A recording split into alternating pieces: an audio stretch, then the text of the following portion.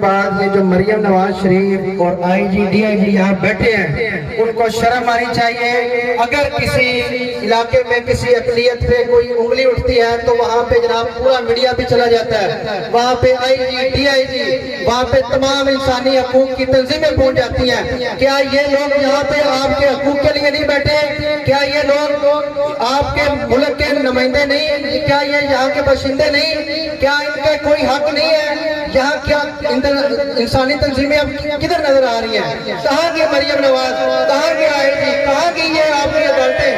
آپ لوگوں کے ساتھ ہم کھڑے ہیں اور انشاءاللہ کھڑے رہیں گے. آپ کو جہاں جہاں مسئلہ ہے ہم اپنے خالد بھائی کے ساتھ اور خالد بھائی کی ٹیم کے ساتھ, آپ تمام بہنوں بیٹیوں ماؤں کے ساتھ, بھائیوں کے ساتھ, بزرگوں کے ساتھ کھڑے ہیں انشاءاللہ.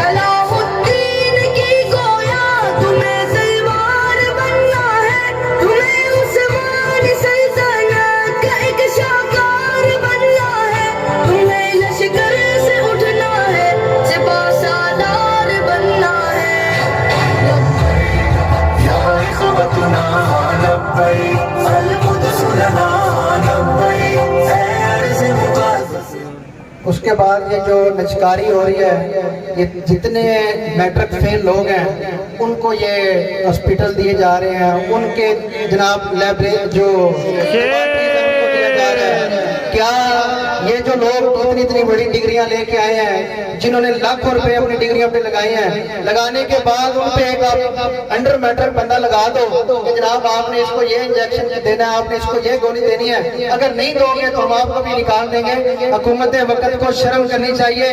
پہلے آپ نے ایئرپورٹ بیچے, پھر آپ نے تعلیم بیچی, اب آپ سیب بیچنا شروع کرنے لگ رہے ہو. اگر بیچنا ہے تو اپنی حکومت بیچو, اگر بیچنی ہے تو پولیس بیچو, اگر بیچنی ہے تو پھر عدلیہ کو بیچو, اگر بیچنا ہے تو پھر دوسرے اداروں کو بیچو, صحت کو نہ بیچو. صحت ایک ایسی چیز ہے جس کے لیے حکومت وقت میں حکومت کے وزیر اعظم سے لے کے ایک عام آدمی تک ہر بندے کو صحت کی ضرورت ہے.